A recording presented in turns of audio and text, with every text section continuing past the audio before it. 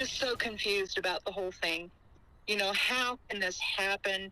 And how can he lay there for that many years and nobody report it? 6 years, in fact. That's how long. And Overland Park police say a man's body lay in a home near Oak Park Mall all as life went on around the deceased. As many as 4 others may have been living in that home with the body since 2016. Tonight, they're being investigated by the Social Security Administration. I'm John Holt. I'm Lauren Halifax. Other family members say they are blindsided by this news, shocked that the lies lasted so long. Fox 4's Jacob Kittelstadt is at Overland Park Police Headquarters with a disturbing story. And Jake, investigators used the man's pacemaker to determine he actually died July 1st, 2016. Well, that's right, Lauren. It's all information determined following a visit from Overland Park Police last October, finding that body in a bed. And one of the biggest questions that we still don't have a clear answer to is perhaps the most obvious one. How do people go on living their life around a dead body for that long?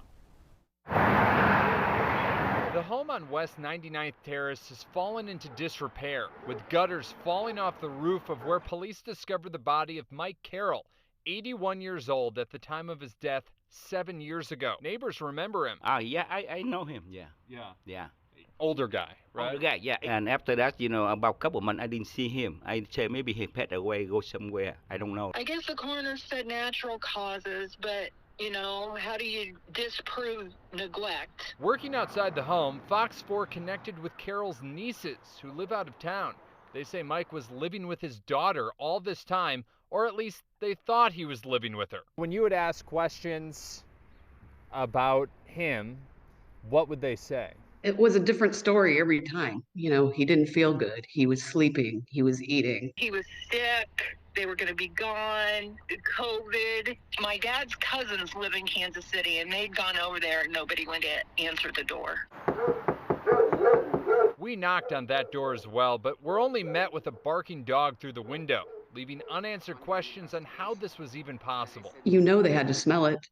They had to. Everybody in that house knew what the hell was going on. I mean, we know how a body decomposes and then liquefies and all that crazy stuff. I mean, it's just, again, horrific. There was an animal like a deer or a dog, you would smell it. So a person, No. Yeah. I don't smell. Yeah. If smell, I call the police. I don't smell. But you don't talk to your neighbors very often. No, I didn't talk to him too much. Yeah.